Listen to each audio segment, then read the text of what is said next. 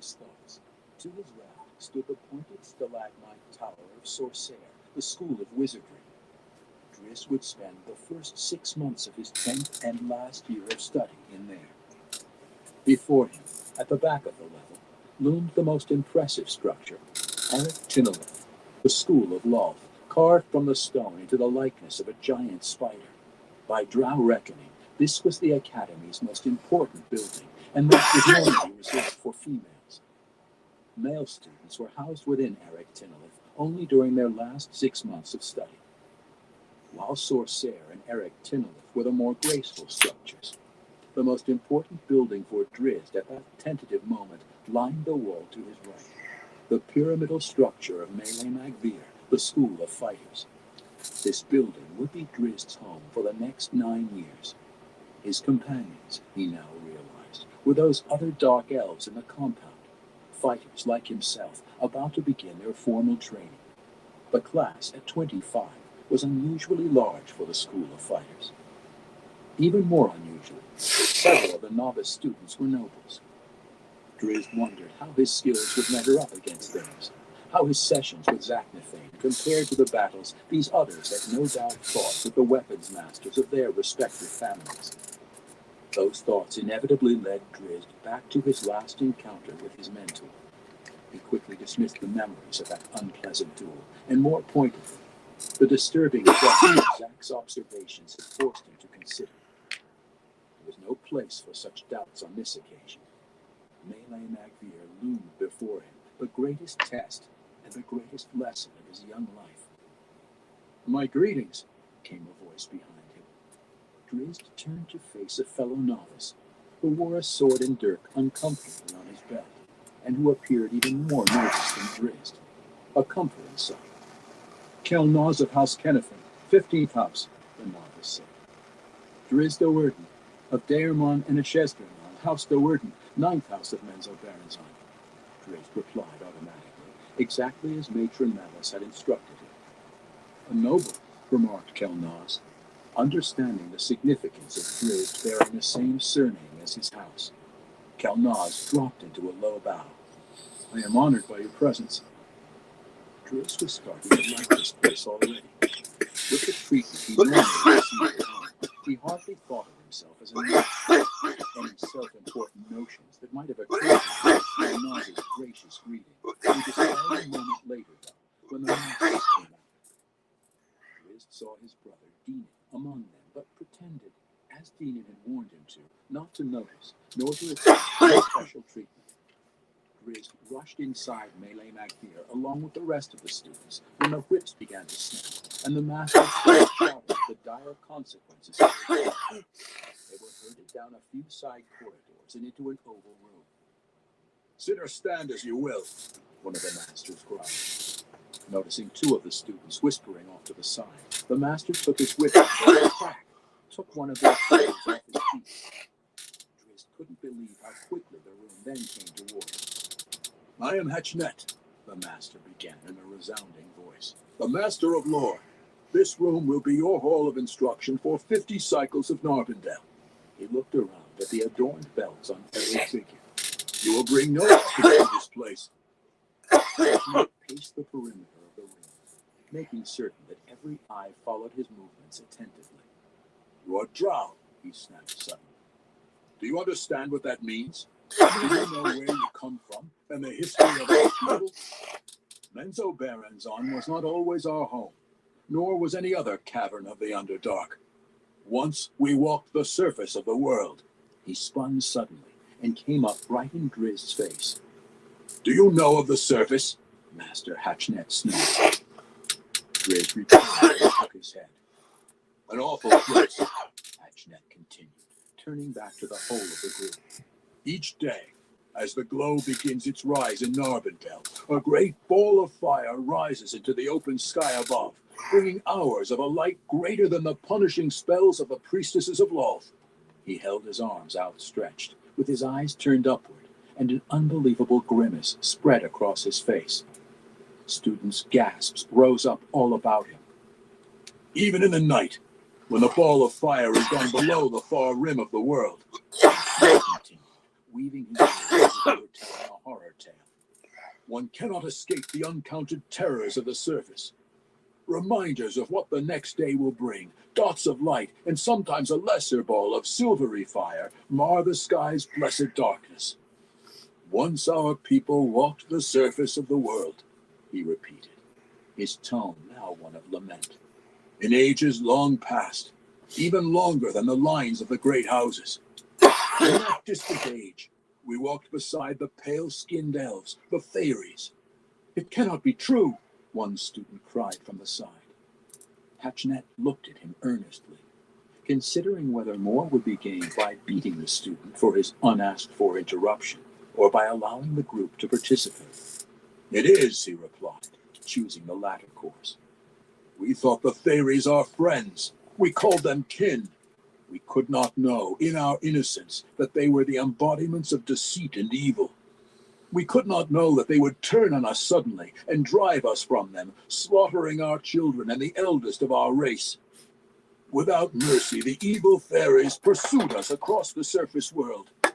Always we asked for peace, and always we were answered by swords and killing arrows. He paused, his face twisting into a widening, malicious smile. Then we found the goddess. Praise Lolth, came one anonymous cry. Again, Hatchnet let the slip of tongue go by unpunished, knowing that every accenting comment only drew his audience deeper into his web of rhetoric. Indeed, the master replied. All praise to the Spider Queen. It was she who took our orphaned race to her side and helped us fight off our enemies. It was she who guided the four matrons of our race to the paradise of the Underdark. It is she, he roared, a clenched fist rising into the air, who now gives us the strength and the magic to pay back our enemies. We are the Drow, Hatchnet cried. You are the Drow, never again to be downtrodden, rulers of all you desire, conquerors of lands you choose to inhabit. The surface? Came a question.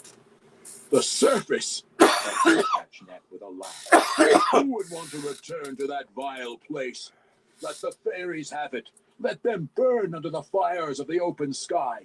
We claim the Underdark, where we can feel the core of the world thrumming under our feet, and where the stones of the walls show the heat of the world's power. Drizzt sat silent, absorbing every word of the talented orator's often rehearsed speech. Drizzt was caught, as were all the new students, in Hatchnet's hypnotic variations of inflection and rallying cries. Hatchnet had been the master of lore at the Academy for more than 2 centuries, owning more prestige in Menzo-Berenzon than nearly any other male drow and many of the females. The matrons of the ruling families understood well the value of his practiced tongue. So it went every day, an endless stream of hate rhetoric directed against an enemy that none of the students had ever seen. The surface elves were not the only target of Hatchnet's sniping. Dwarves, gnomes, humans, halflings, and all of the surface races, and even subterranean races, such as the Duergar dwarves, which the Drow often traded with and fought beside, each found an unpleasant spot in the master's ranting. Drizzt came to understand why no weapons were permitted in the Oval Chamber. When he left his lesson each day, he found his hands clenched by his sides in rage, unconsciously grasping for a scimitar hilt. It was obvious from the commonplace fights among the students that others felt the same way. Always, though, the overriding factor that kept some measure of control was the master's lie of the horrors of the outside world, and the comforting bond of the students' common heritage. A heritage, the students would soon come to believe, that gave them enough enemies to battle beyond each other. The long, draining hours in the Oval Chamber left little time for the students to mingle. They shared common barracks, but their extensive duties outside of Hatchnet's lessons, serving the older students and preparing meals and cleaning the building, gave them barely enough time for rest. By the end of the first 10-day, they walked on the edge of exhaustion, a condition, Drizzt realized, that only increased the stirring effect of Master Hatchnet's lessons. Drizzt accepted the existence stoically, considering it far better than the 6 years he had served his mother and sisters as page prince. Still, There was one great disappointment to Drizzt in his first 10 days at Melee Magir. He found himself longing for his practice sessions. He sat on the edge of his bedroll late one night, holding a scimitar up before his shining eyes, remembering those many hours engaged in battle play with Zaknafein. "We go to the lesson in 2 hours," Kelnaz, in the next bunk, reminded him. "Get some rest." "I feel the edge leaving my hands," Drizzt replied quietly. "The blade feels heavier, unbalanced." "The Grand Melee is barely 10 cycles of Narbondel away," Kelnaz said. "You will get all the practice you desire there. Fear not. Whatever edge has been dulled by the days with the Master of Lore will soon be regained. For the next 9 years, that fine blade of yours will rarely leave your hands." Drizzt slid the scimitar back into its scabbard and reclined on his bunk. As with so many aspects of his life so far, and he was beginning to fear, with so many aspects of his future in Menzoberranzan, he had no choice but to accept the circumstances of his existence. "This segment of your training is at an end," Master Hatchnet announced on the morning of the 50th day. Another master, Dinan, entered the room, leading a magically suspended iron box filled with meagerly padded wooden poles of every length and design comparable to drow weapons. "Choose the sparring pole that most resembles your own weapon of choice," Hatchnet explained, as Dinan made his way around the room. He came to his brother, and Drizzt's eyes settled at once on his choice. 2 slightly curving poles about 3.5 feet long. Drizzt lifted them out and put them through a simple cut. Their weight and balance closely resembled the scimitars that had become so familiar to his hands. "For the pride of Daermon and Ashesbernon," Dinan whispered, then moved along. Drizzt twirled the mock weapons again. It was time to measure the value of his sessions with Zack. "Your class must have an order," Hatchnet was saying, as Drizzt turned his attention beyond the scope of his new weapons. "Thus the Grand Melee. Remember, there can be only one victor." Hatchnet and Dinan herded the students out of the oval chamber and out of Melee Magvir altogether, down the tunnel between the 2 guardian spider statues at the back of Tir Bresh. For all of the students, this was the first time they had ever been out of Menzoberranzan. "What are the rules?" Drizzt asked Kelnaz, in line at his side. "If the master calls you out, then you are out," Kelnaz replied. "The rules of engagement?" asked Drizzt. Kelnaz cast him an incredulous glance. "Win," he said simply, as though there could be no other answer. A short time later, they came into a fairly large cavern, the arena for the Grand Melee. Pointed stalactites leered down at them from the ceiling, and stalagmite mounds broke the floor into a twisting maze filled with ambush holes and blind corners. "Choose your strategies and find your starting point," Master Hatchnet said to them. "The Grand Melee begins at a count of 100. The 25 students set off into action, some pausing to consider the landscape laid out before them, others sprinting off into the gloom of the maze. Drizzt decided to find a narrow corridor to ensure that he would fight off 1 against 1, and he just started off in his search when he was grabbed from behind. "A team?" Kelnaz offered.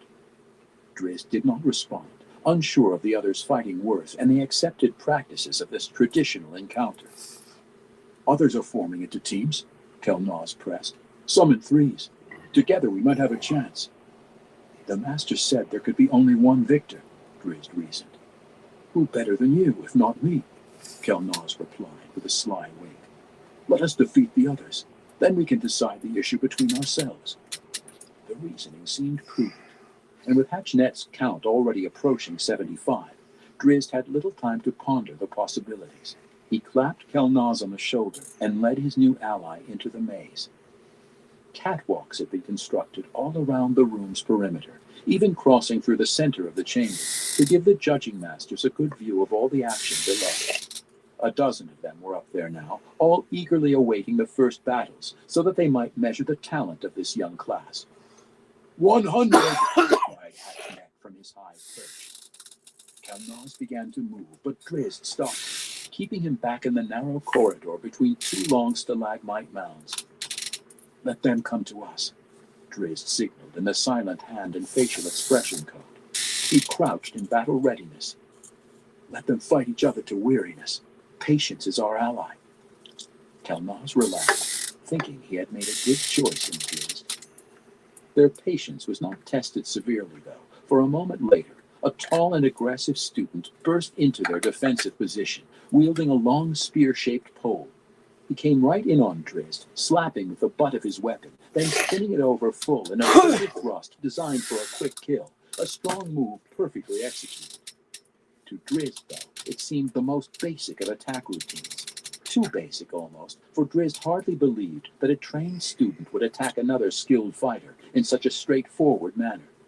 Drizzt convinced himself in time that this was indeed the chosen method of attack, and no feint, and he launched the proper parry. His scimitar pole spun counterclockwise in front of him, striking the thrusting spear in succession and driving the weapon's tip harmlessly above the striking line of its wielder's shoulder.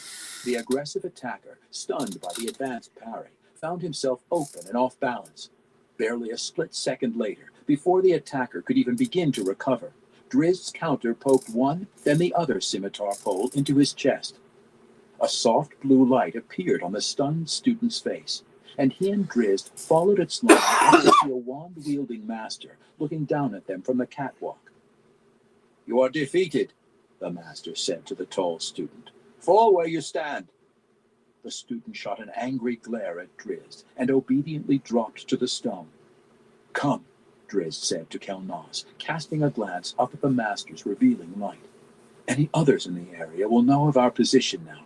We must seek a new defensible area." Kelnaz paused a moment to watch the graceful hunting strides of his comrade. He had indeed made a good choice in selecting Drizzt, but he knew already, after only a single quick encounter, that if he and this skilled swordsman were the last two standing, a distinct possibility, he would have no choice at all of claiming victory.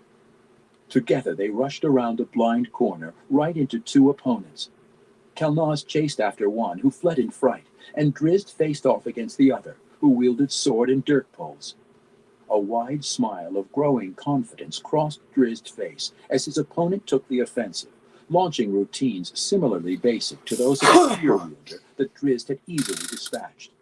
A few deft twists and turns of his scimitars, a few slaps on the inside edges of his opponent's weapons, had the sword and dirk flying wide. Drizzt's attack came right up the middle, where he executed another double poke into his opponent's chest. The expected blue light appeared. "You are defeated," came the master's call. "Fall where you stand." Outraged, the stubborn student chopped viciously at Drizzt. Drizzt blocked with one weapon and snapped the other against his attacker's wrist, sending the sword pole flying to the floor. The attacker clenched his bruised wrist, but that was the least of his troubles. A blinding flash of lightning exploded from the observing master's wand, catching him full in the chest and hurtling him 10 feet backward to crash into a stalagmite mound. He crumpled to the floor, groaning in agony, and a line of glowing heat rose from his scorched body, which lay against the cool gray stone. "You're defeated," the master said again. Drizzt started to the fallen drow's aid, but the master issued an emphatic "No!" and Kelnaz was back at Drizzt's side. "He got away," Kelnaz began, but he broke into a laugh when he saw the downed student. "If a master calls you out, then you are out," Kelnaz repeated into Drizzt's blank stare. "Come," Kelnaz continued. "The battle is in full now. Let us find some fun." Drizzt thought his companion quite cocky for one who had yet to lift his weapons. He only shrugged and followed. Their next encounter was not so easy. They came into a double passage, turning in and out of several rock formations, and found themselves faced off against a group of 3. Nobles from leading houses, both Drizzt and Kelnaz realized. Drizzt rushed the 2 on his left, both of whom wielded single swords, while Kelnaz worked to defend off the 3rd. Drizzt had little experience against multiple opponents, but Zack had taught him the techniques of such a battle quite well. His movements were solely defensive at first, then he settled into a comfortable rhythm and allowed his opponents to tire themselves out and to make the critical mistakes. These were cunning foes, though, and familiar with each other's movements. Their attacks complemented each other, slicing in at Drizzt from widely opposing angles. Two hands, Zack had once called Drizzt, and now he lived up to the title. His scimitars worked independently, yet in perfect harmony, foiling every attack. From a nearby perch on the catwalk, Masters Hatchnet and Dinan looked on, Hatchnet more than a little impressed, and Dinan swelling with pride. Drizzt saw the frustration mounting on his opponents' faces, and he knew that his opportunity to strike would soon be at hand. Then they crossed up, coming in together with identical thrusts, their sword poles barely inches apart. Drizzt spun to the side and launched a blinding uppercut slice with his left scimitar, deflecting both attacks. Then he reversed his body's momentum, dropped to one knee, back in line with his opponents, and thrust in low with two snaps of his free right arm. His jabbing scimitar pole caught the first and the second squarely in the groin. They dropped their weapons in unison, clutched their bruised parts, and slumped to their knees. Drizzt leaped up before them, trying to find the words for an apology. Hatchnet nodded his approval at Dinan as the two masters set their lights on the two losers. "Help me!" Kelnaz cried from beyond the dividing wall of stalagmites. Drizzt dived into a roll through a break in the wall, came up quickly, and downed a fourth opponent, who was concealed for a backstab surprise, with a backhand chop to the chest. Drizzt stopped to consider his latest victim.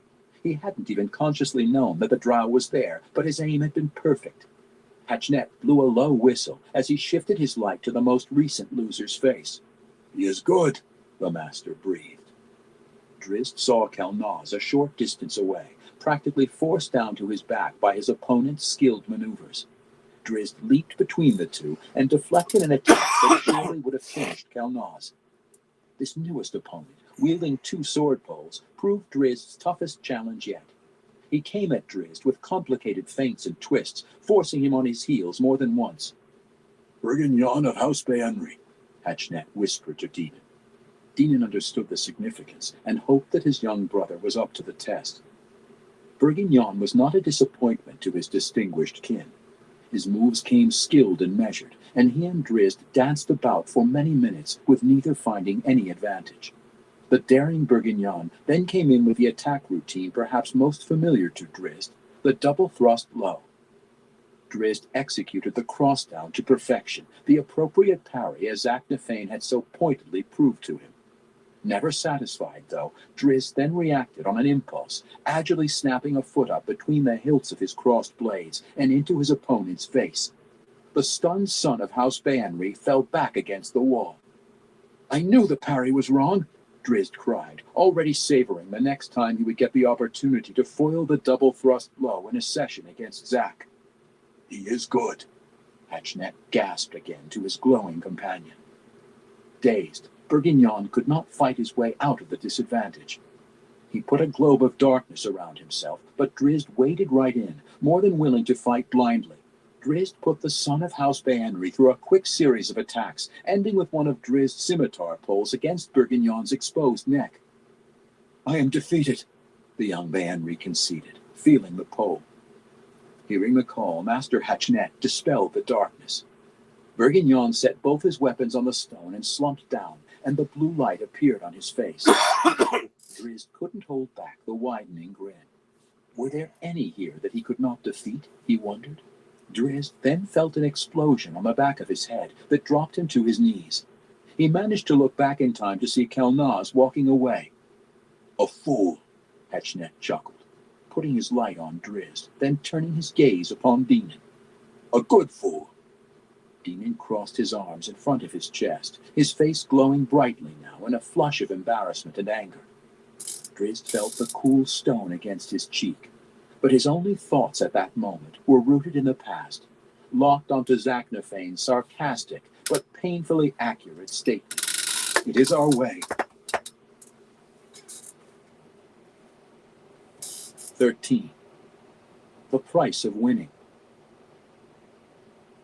"You deceived me," Drizzt said to Kelnaz that night in the barracks. The room was black around them, and no other students stirred in their cots, exhausted from the day's fighting and from their endless duties serving the older students. Kelnaz fully expected this encounter. He had guessed Drizzt's naivete early on, when Drizzt had actually queried him about the rules of engagement. An experienced drow warrior, particularly a knight, should have known better, should have understood that the only rule of his existence was the pursuit of victory. Now, Kelnaz knew. This foolish young Do'Urden would not strike at him for his earlier actions. Vengeance fueled by anger was not one of Drizd's traits. Why? Drizzt pressed, finding no answer forthcoming from the smug commoner of House Kennefin. The volume of Drizd's voice caused Kelnaz to glance around nervously. They were supposed to be sleeping. If a master heard them arguing. What is the mystery? Kelnaz signaled back in the hand code, the warmth of his fingers glowing clearly to Drizd's heat-sensing eyes. I acted as I had to act. Oh, I now believe I should have held off a bit longer. Perhaps if you had defeated a few more, I might have finished higher than third in the class. If we had worked together, as we had agreed, you might have won, or finished second at the least, Drizzt signaled back, the sharp movements of his hands reflecting his anger.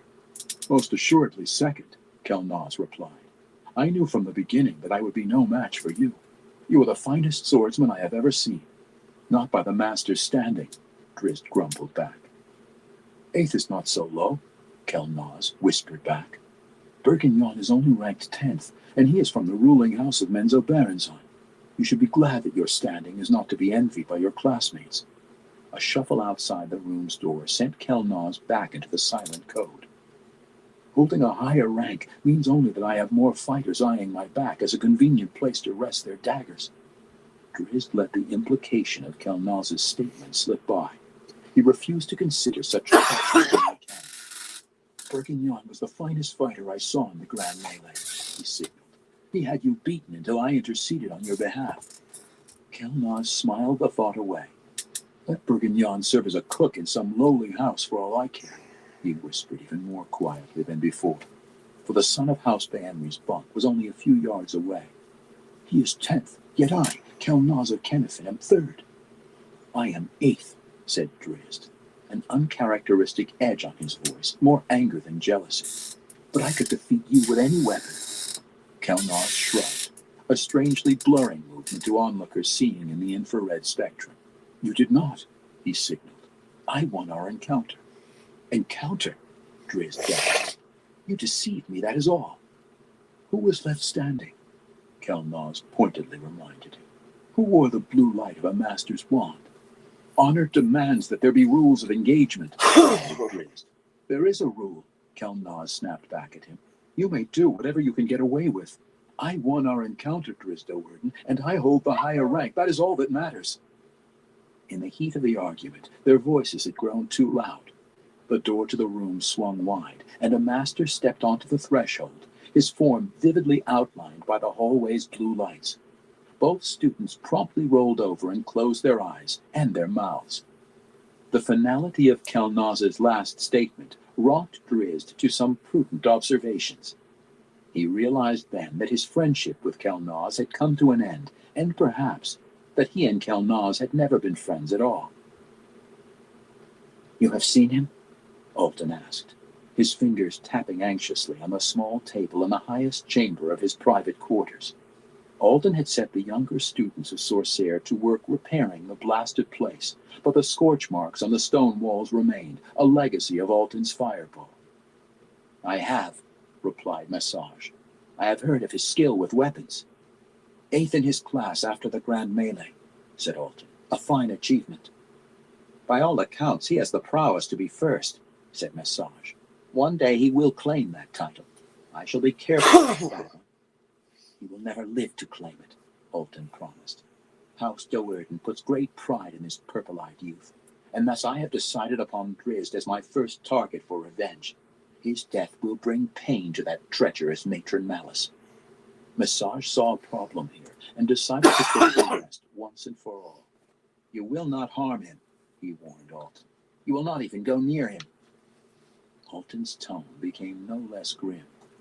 I have waited 2 decades, he began. You can wait a few more, Massage snapped back. I remind you that you accepted Matron Sinefe's invitation into House Hannet. Such an alliance requires obedience. Matron Sinefe, our matron mother, has placed upon my shoulders the task of handling Drizzt Do'Urden, and I will execute her will. Alton rested back in his seat across the table and put what was left of his acid-torn chin into a slender palm, carefully weighing the words of his secret partner. Matron Sinafe has plans that will bring you all the revenge you could possibly desire, Massage continued. I warn you now, Alton DeVere, he snarled, emphasizing the surname that was not Hannett, that if you begin a war with House Doerton, or even put them on the defensive with any act of violence unsanctioned by Matron Sinafe, you will incur the wrath of House Hannett. Matron Sinafe will expose you as a murderous impostor and will exact every punishment allowable by the ruling council upon your pitiful bones. Alton had no way to refute the threat. He was a rogue, without family beyond the adopted Hannetts. If Sinafe turned against him, he would find no allies. What plan does Sinafe, Matron Sinafe, have for House Doerton? He asked calmly. Tell me of my revenge, so that I may survive these torturous years of waiting. Massage knew that he had to act carefully at this point. His mother had not forbidden him to tell Alton of the future course of action, but if she had wanted the volatile DeVere to know, Massage realized, she would have told him herself. Let us just say that House Doerton's power has grown and continues to grow, to the point where it has become a very real threat to all the great houses. Massage purred, loving the intrigue of positioning before a war. Witness the fall of House DeVere, perfectly executed with no obvious trail. Many of Menzo Berenzon's nobles would rest easier if... He let it go at that, deciding that he probably had said too much already. By the hot glimmer in Alton's eyes, Massage could tell that the lure had been strong enough to buy Alton's patience. The academy held many disappointments for young Drizzt, particularly in that first year, when so many of the dark realities of Drow society, realities that Zaknafein had barely hinted at, remained on the edges of Drizzt's cognizance with stubborn resilience. He weighed the master's lectures of hatred and mistrust in both hands, one side holding the master's views in the context of the lectures, the other bending those same words into the very different logic assumed by his old mentor. The truth seemed so ambiguous, so hard to define. Through all of the examination, Drizzt found that he could not escape one pervading fact. In his entire young life, the only treachery he had ever witnessed, and so often, was at the hands of Drow elves. The physical training of the academy, hours on end of dueling exercises and stealth techniques, was more to Drizzt's liking. Here, with his weapons so readily in his hands, he freed himself of the disturbing questions of truth and perceived truth. Here he excelled. If Drizzt had come into the academy with a higher level of training and expertise than that of his classmates, the gap grew only wider as the grueling months passed. He learned to look beyond the accepted defense and attack routines put forth by the masters and create his own methods, innovations that almost always at least equaled and usually outdid the standard techniques. At first, Dinan listened with increasing pride as his peers exulted in his younger brother's fighting prowess. So glowing came the compliments that the eldest son of Matron Malice soon took on a nervous wariness. Dinan was the elder boy of House Doerton, a title he had gained by eliminating Nalthane. Drizzt, showing the potential to become one of the finest swordsmen in all of Menzo Berenzon, was now the second boy of the house, eyeing perhaps Dinan's title.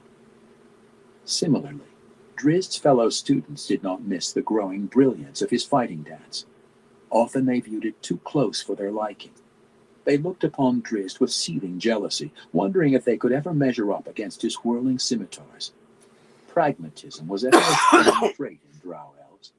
These young students had spent the bulk of their years observing the elders of their families, twisting every situation into a favorable light. Every one of them recognized the value of Drizzt Do'Urden as an ally, and thus, when the Grand Melee came around the next year, Drizzt was inundated with offers of partnership. The most surprising query came from Kelnaz of House Kennethin, who had downed Drizzt through deceit the previous year. Do we join again? This time to the very top of the class? The haughty young fighter asked as he moved beside Drizzt down the tunnel to the prepared cavern. He moved around and stood before Drizzt easily, as if they were the best of friends, his forearms resting across the hilts of his belted weapons, and an overly friendly smile spread across his face. Drizzt could not even answer. He turned and walked away, pointedly keeping his eye over one shoulder as he left. "Why are you so amazed?" Kelnaz pressed, stepping quickly to keep up. Drizzt spun on him. "How could I join again with one who so deceived me?" he snarled. "I have not forgotten your trick." "That is the point," Kelnaz argued. "You are more wary this year. Certainly I would be a fool to attempt such a move again." "How else could you win?" said Drizzt. "You cannot defeat me in open battle."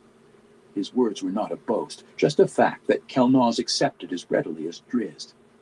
"Second rank is highly honored," Kelnaz reasoned. Drizzt glared at him. He knew that Kelnaz would not settle for anything less than ultimate victory. "If we meet in the melee," he said with cold finality, "it will be as opponents." He walked off again, and this time Kelnaz did not follow.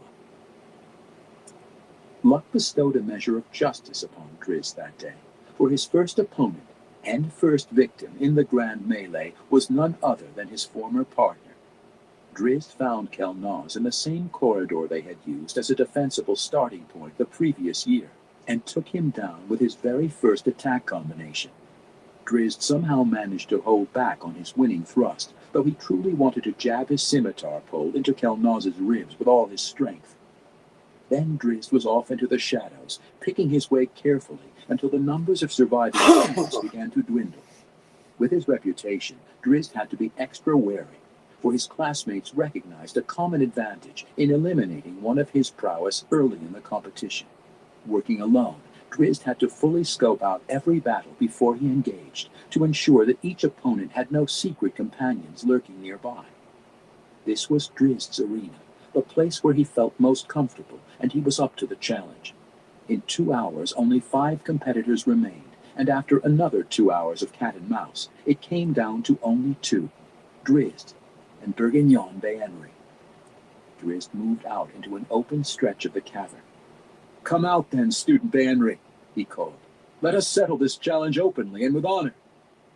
Walking from the catwalk, Dinan shook his head in disbelief.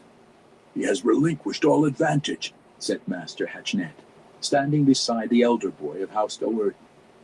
"As the better swordsman, he had Bourguignon worried and unsure of his moves. Now your brother stands out in the open, showing his position." "Still a fool," Dinan muttered.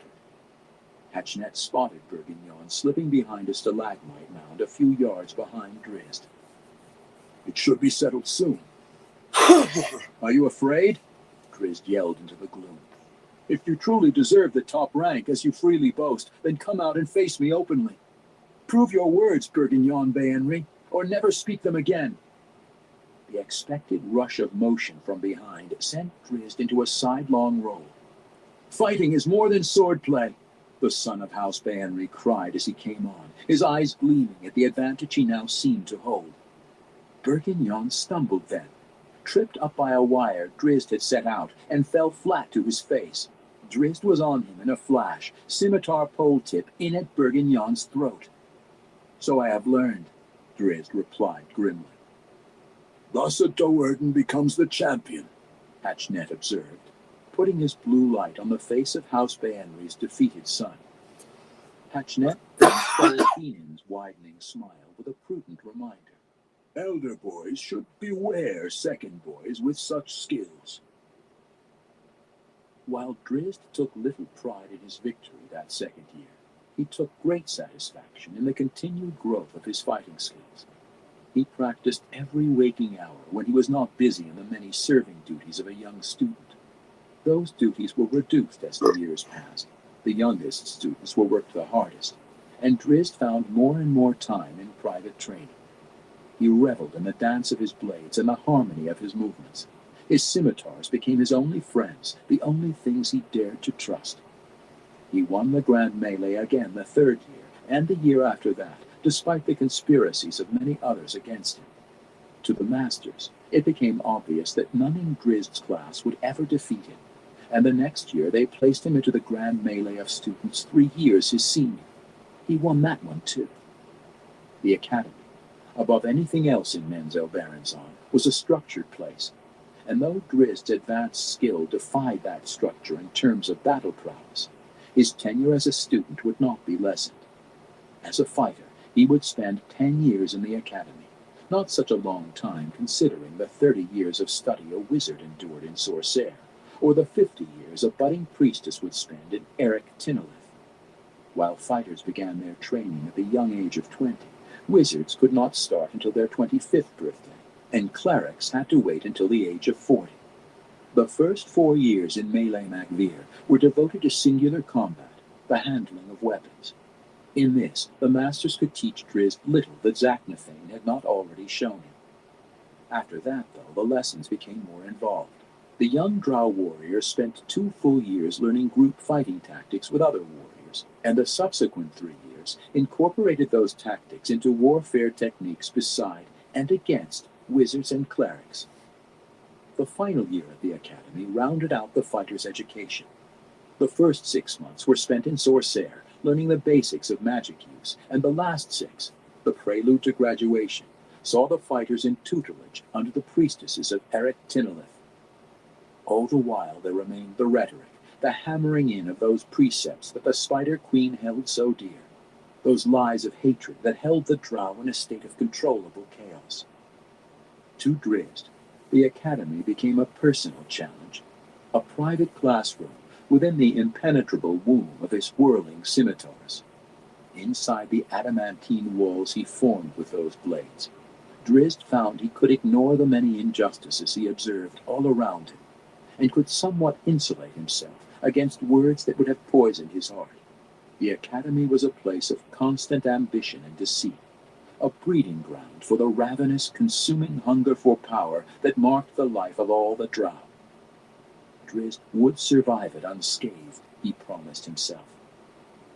As the years passed, though, as the battles began to take on the edge of brutal reality, Drizzt found himself caught up time and again in the heated throes of situations he could not so easily brush away.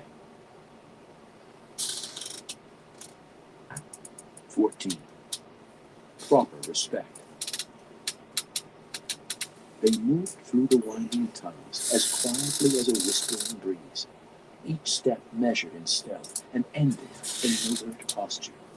They were 9th-year students working on their last year in Melee Macvir, and they operated as often outside the cavern of Menzoberranzan as within. No longer did padded poles adorn their belts. Adamantine weapons hung there now, finely forged and cruelly edged. At times, the tunnels closed in around them, barely wide enough for one dark elf to squeeze through. Other times, the students found themselves in huge caverns with walls and ceilings beyond their sight. They were Drow warriors, trained to operate in any type of underdark landscape, and learned in the ways of any foe they might encounter. Practice patrols, Master Hatchnet had called these drills, though he had warned the students that practice patrols often met monsters quite real and unfriendly.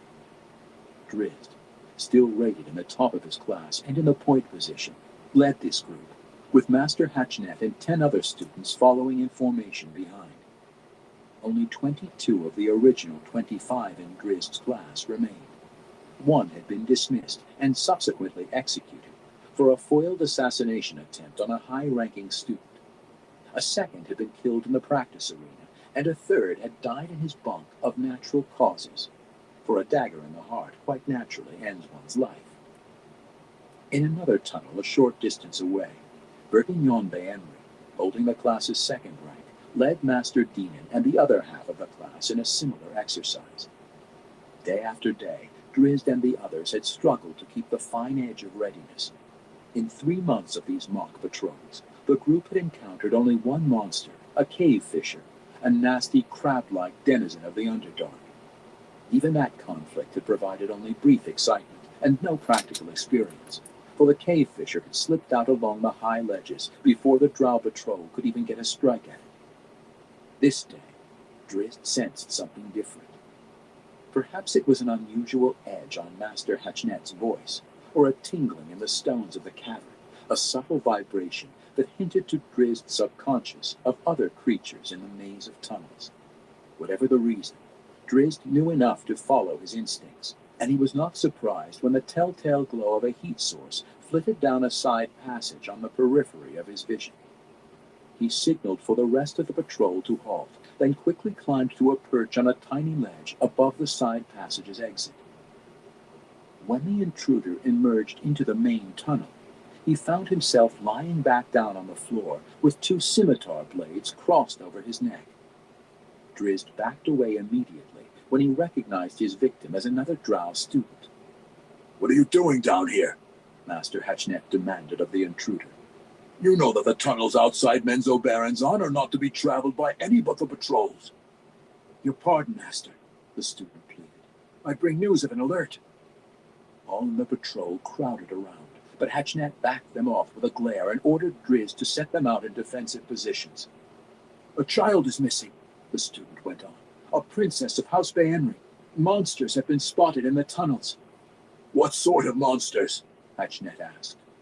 A loud clacking noise, like the sound of two stones being chipped together, answered his question. "Hook horrors," Hatchnet signaled to Drizzt at his side. Drizzt had never seen such beasts, but he had learned enough about them to understand why Master Hatchnet had suddenly reverted to the Silent Hand Code. Hook horrors hunted through a sense of hearing more acute than that of any other creature in all the Underdark. Drizzt immediately relayed the signal around to the others, and they held absolutely quiet for instructions from the Master. This was the situation they had trained to handle for the last 9 years of their lives, and only the sweat on their palms belied the calm readiness of these young Drow warriors. "Spells of darkness will not foil hook horrors," Hatchnet signaled to his troops. "Nor will these." He indicated the pistol crossbow in his hand and the poison-tipped dart it held, a common first-strike weapon of the Dark Elves. Hatchnet put the crossbow away and drew his slender sword. "You must find a gap in the creature's bone armor," he reminded the others, "and slip your weapon through to the flesh." He tapped Drizzt on the shoulder, and they started off together, the other students falling into line behind them. The clacking resounded clearly, but echoing off the stone walls of the tunnels, it provided a confusing beacon for the hunting Drow. Hatchnet let Drizzt steer their course, and was impressed by the way the student soon discerned the pattern of the echo riddle. Drizzt's step came in confidence, though many of the others in the patrol glanced about anxiously, unsure of the peril's direction or distance. One second, we're going to be right A back. singular sound froze them all where they stood, cutting through the din of the clacking monsters, and resounding again and again, surrounding the patrol in the echoing madness of a terrifying wail. It was the scream of a child. "Princess of House Baenri," Hatchnet signaled to Drizzt. The Master started to order his troops into a battle formation, but Drizzt didn't wait to watch the commands. The scream had sent a shudder of revulsion through his spine, and when it sounded again, it lighted angry fires in his lavender eyes. Drizzt sprinted off down the tunnel, the cold metal of his scimitars leading the way. Hatchnet organized the patrol into quick pursuit. He hated the thought of losing a student as skilled as Drizzt, but he considered, too, the benefits of Drizzt's rash actions. If the others watched the finest of their class die in an act of stupidity, it would be a lesson they would not soon forget. Drizzt cut around a sharp corner and down a straight expanse of narrow, broken walls. He heard no echoes now, just the ravenous clacking of the waiting monsters and the muffled cries of the child. His keen ears caught the slight sounds of his patrol at his back, and he knew that if he was able to hear them, the hook horrors surely could. Drizzt would not relinquish the passion or the immediacy of his quest. He climbed to a ledge 10 feet above the floor, hoping it would run the length of the corridor. When he slipped around a final bend, he could barely distinguish the heat of the monsters' forms through the blurring coolness of their bony exoskeletons, shells nearly equal in temperature to the surrounding stone. He made out 5 of the giant beasts, 2 pressed against the stone and guarding the corridor, and 3 others farther back, in a little cul-de-sac, toying with some crying object. Drizzt mustered his nerve and continued along the ledge, using all the stealth he had ever learned to creep by the sentries. Then he saw the child princess lying in a broken heap at the foot of one of the monstrous bipeds. Her sobs told Drizzt that she was alive. Drizzt had no intention of engaging the monsters if he could help it, hoping that he might perhaps slip in and steal the child away. Then the patrol came headlong around the bend in the corridor, forcing Drizzt to action. "Sentries!" he screamed in warning, probably saving the lives of the first four of the group. Drizzt's attention abruptly returned to the wounded child as one of the hook horrors raised its heavy, clawed foot to crush her. The beast stood nearly twice Drizzt's height and outweighed him more than 5 times over. It was fully armored in the hard shell of its exoskeleton and adorned with gigantic clawed hands and a long and powerful beak. 3 of the monsters stood between Drizzt and the child. Drizzt couldn't care about any of those details at that horrible, critical moment. His fears for the child outweighed any concern for the danger looming before him. He was a drow warrior, a fighter trained and outfitted for battle, while the child was helpless and defenseless. 2 of the hook horrors rushed at the ledge, just the break Drizzt needed. He rose up to his feet and leaped out over them, coming down in a fighting blur onto the side of the remaining hook horror. The monster lost all thoughts of the child as Drizzt's scimitar snapped in at its beak relentlessly, cracking into its facial armor in a desperate search for an opening. The hook horror fell back, overwhelmed by its opponent's fury and unable to catch up to the blade's blinding, stinging movements. Drizzt knew that he had the advantage on this one, but he knew as well that 2 others would soon be at his back. He did not relent. He slid down from his perch on the monster's side and rolled around to block its retreat, dropping between its stalagmite-like legs and tripping it to the stone. Then he was on top of it, poking furiously as it floundered on its belly. The hook horror desperately tried to respond, but its armored shell was too encumbering for it to twist out from under the assault. Drizzt knew his own situation was even more desperate. Battle had been joined in the corridor, but Hatchnet and the others couldn't possibly get through the sentries in time to stop the 2 hook horrors undoubtedly charging his back. Prudence dictated that Drizzt relinquish his position over this one and spin away into a defensive posture. The child's agonized scream, however, overruled prudence. Rage burned in Drizzt's eyes so blatantly that even the stupid hook horror knew its life was soon to end. Drizzt put the tips of his scimitars together in a V and plunged them down onto the back of the monster's skull with all his might. Seeing a slight crack in the creature's shell, Drizzt crossed the hilts of his weapons, reversed the points, and split a clear opening in the monster's defense. He then snapped the hilts together and plunged the blade straight down through the soft flesh and into the monster's brain. A heavy claw sliced a deep line across Drizzt's shoulders, tearing his Powafwi and drawing blood. He dived forward into a roll and came up with his wounded back to the far wall. Only 1 hook horror moved in at him, the other picked up the child. "No!" Drizzt screamed in protest. He started forward, only to be slapped back by the attacking monster. Then, paralyzed, he watched in horror as the other hook horror put an end to the child's screams. Rage replaced determination in Drizzt's eyes. The closest hook horror rushed at him, meaning to crush him against the stone.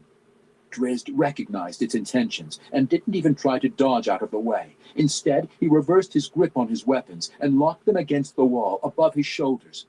With the momentum of the monster's 800-pound bulk carrying it on, even the armor of its shell could not protect the hook horror from the adamantine scimitars. It slammed Drizzt up against the wall, but in doing so, impaled itself through the belly. The creature jumped back, trying to wriggle free, but it could not escape the fury of Drizzt Do'Urden. Savagely, the young drow twisted the impaled blades. He then shoved off from the wall with the strength of anger, tumbling the giant monster backward. 2 of Drizzt's enemies were dead, and 1 of the hook horror sentries in the hallway was down, but Drizzt found no relief in those facts. The 3rd hook horror towered over him as he desperately tried to get his blades free from his latest victim. Drizzt had no escape from this one. The 2nd patrol arrived then, and Dinan and Bergignon Baenri rushed into the cul-de-sac along the same ledge Drizzt had taken. The hook horror turned away from Drizzt just as the 2 skilled fighters came at it. Drizzt ignored the painful gash in his back and the cracks he had no doubt suffered in his slender ribs. Breathing came to him in labored gasps, but this too was of no consequence. He finally managed to free one of his blades, and he charged at the monster's back. Caught in the middle of the 3 skilled drow, the hook horror went down in seconds. The corridor was finally cleared, and the dark elves rushed in all around the cul-de-sac. They had lost only one student in their battle against the monster sentries. A princess of House Barris and Del Armgo, remarked one of the students in Dinan's patrol, looking at the child's body. House Henry, we were told, said another, one from Hatchnet's group. Drizzt did not miss the discrepancy. Bourguignon Henry rushed over to see if the victim was indeed his youngest sister. Not of my house, he said with obvious relief after a quick inspection. He then laughed as further examination revealed a few other details about the corpse. Not even a princess, he declared. Drizzt watched it all curiously, noting the impassive, callous attitude of his companions most of all. Another student confirmed Bourguignon's observation. A boy child, he spouted. But of what house? Master Hatchnet moved over to the tiny body and reached down to take the purse from around the child's neck. He emptied its contents into his hand, revealing the emblem of a lesser house. A lost waif, he laughed to his students, tossing the empty purse back to the ground and pocketing its contents. Of no consequence. A fine fight, Dinan was quick to add, with only one loss. Go back to Menzo Baranzon, proud of the work you have accomplished this day. Drizzt slapped the blades of his scimitars together in a resounding ring of protest. Master Hatchnet ignored him. Form up and head back, he told the others. You all performed well this day. He then glared at Drizzt, stopping the angry student in his tracks. Except for you, Hatchnet snarled. I cannot ignore the fact that you downed 2 of the beasts and helped with a 3rd, Hatchnet scolded. But you endangered the rest of us with your foolish bravado. I warned of the sentries, Drizzt stuttered. Damn your warning, shouted the master. You went off without command. You ignored the accepted methods of battle. You let us in here blindly. Look at the corpse of your fallen companion. Hatchnet raged, pointing to the dead student in the corridor. His blood is on your hands. I meant to save the child, Drizzt argued. We all meant to save the child, retorted Hatchnet. Drizzt was not so certain. What would a child be doing out in these corridors all alone? How convenient that a group of hook horrors, a rarely seen beast in the region of Menzo Baranzon, just happened by to provide training for this practice patrol. Too convenient, Drizzt knew, considering that the passages farther from the city teemed with the true patrols of seasoned warriors, wizards, and even clerics. You knew what was around the bend in the tunnel, Drizzt said evenly, his eyes narrowing at the master. The slap of a blade across the wound on his back made Drizzt lurch in pain, and he nearly lost his footing. He turned to find Dinan glaring down at him. Keep your foolish words unspoken, Dinan warned in a harsh whisper, or I will cut out your tongue. The child was a plant, Drizzt insisted when he was alone with his brother in Dinan's room. Dinan's response was a stinging smack across the face. They sacrificed him for the purpose of the drill, growled the unrelenting younger de Werden. Dinan launched a second punch, but Drizzt caught it in mid-swing. You know the truth of my words, Drizzt said. You knew about it all along. Learn your place, second boy, Dinan replied in open threat. In the academy and in the family. He pulled away from his brother. To the 9 hells with the academy, Drizzt spat at Dinan's face. If the family holds similar. He noticed that Dinan's hands now held sword and dirk. Drizzt jumped back, his own scimitars coming out at the ready. I have no desire to fight you, my brother, he said. Know well that if you attack, I will defend. Only one of us will walk out of here. Dinan considered his next move carefully. If he attacked and won, the threat to his position in the family would be at an end. Certainly no one, not even Matron Malice, would question the punishment he levied against his impertinent younger brother. Dinan had seen Drizzt in battle, though. 2 hook horrors. Even Zaknafane would be hard-pressed to attain such a victory. Still, Dinan knew that if he did not carry through with his threat, If he let Drizzt face him down, he might give Drizzt confidence in their future struggles, possibly inciting the treachery he had always expected from the second boy. What is this, then? Okay. Came a voice from the room's doorway. The brothers turned to see their sister, Vierna, a mistress of Eric Tinolith. Put your weapons away, she scolded. House de Werden cannot afford such infighting now. Realizing that he had been let off the hook, Dinan readily complied with the demands, and Drizzt did likewise. Nice. Consider yourselves fortunate. Not sure why it came up like that, but... For I'll not tell Matron Malice of his stupidity. She would not be merciful, I promise you. Why have you come unannounced to Melee MacVeer? Asked the elder boy, perturbed by his sister's attitude. He, too, was a master of the academy, even if he was only a male, and deserved some respect. Vierna glanced up and down the hallway, then closed the door behind her. To warn my brothers, she explained quietly. There are rumors of vengeance against our house. By what family? Dinan pressed.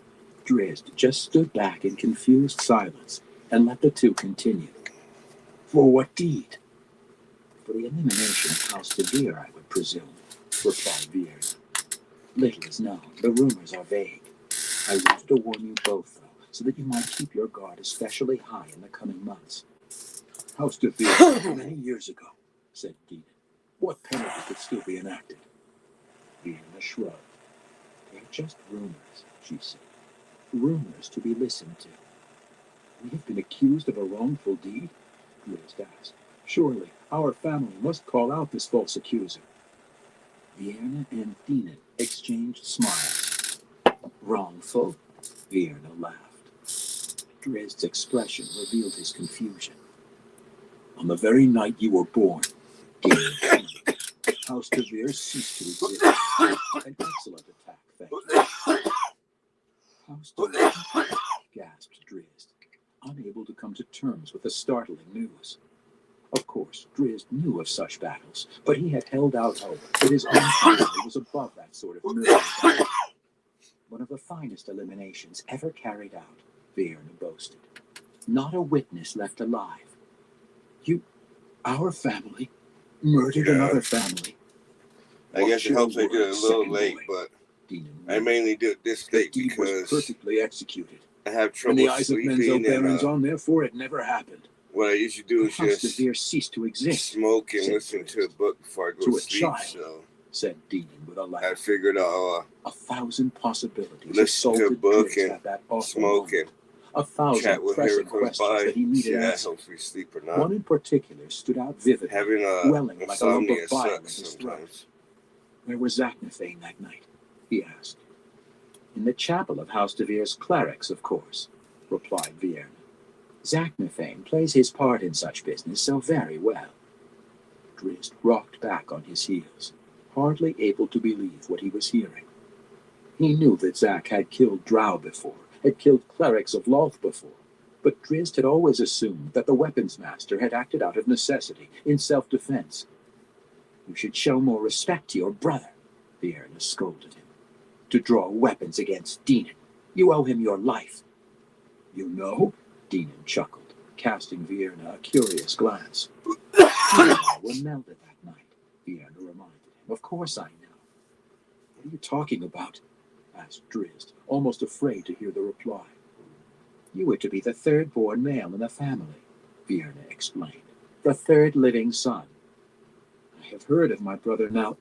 The name stuck in Drizzt's throat as he began to understand. All he had ever been able to learn of Nalthane was that he had been killed by another Drow. You will learn in your studies at Eric Tinolith that third living sons are customarily sacrificed to Lolth, Vierna continued. So were you promised. On the night that you were born, the night that House de Werden battled House de Veer, Dinan made his ascent to the position of elder boy. She cast a sly glance at her brother, standing with his arms proudly crossed over his chest. I can speak of it now, Vierna smiled at Dinan, who nodded his head in accord. It happened too long ago for any punishment to be brought against Dinan. What are you talking about? Drizzt demanded. Panic hovered all about him. What did Dinan do? He put a sword into Nalthane's back, Vienna said calmly. Drizzt swam on the edge of nausea. Sacrifice? Murder? The annihilation of a family, even the children? What were his siblings talking about? Show respect to your brother, Vienna demanded. You owe him your life. I warn the both of you, she purred, her ominous glare shaking Drizzt and knocking Dinan from his confident pedestal. House Do'Urden may be on a course of war.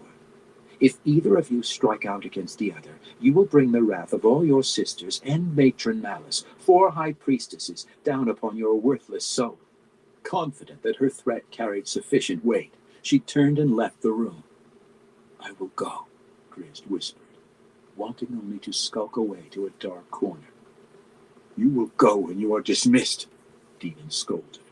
Remember your place, Drizzt Do'Urden, in the academy and in the family.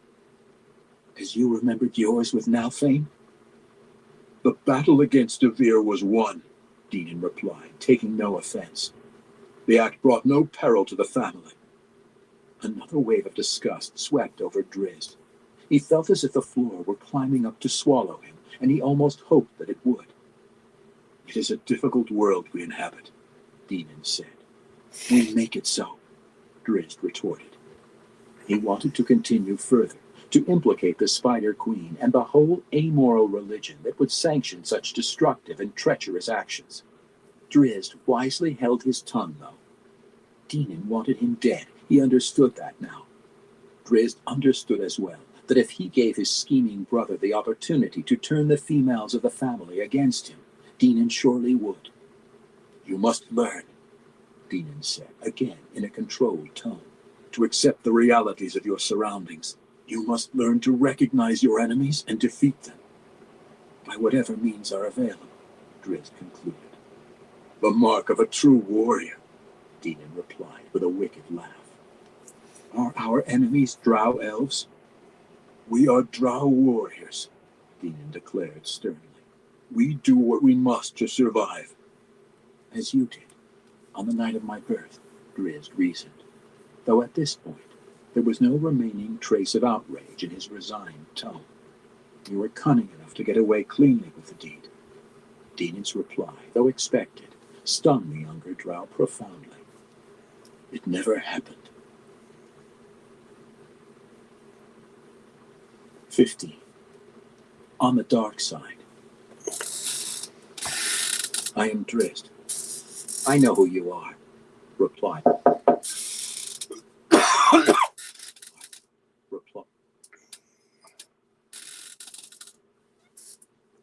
All right, everyone.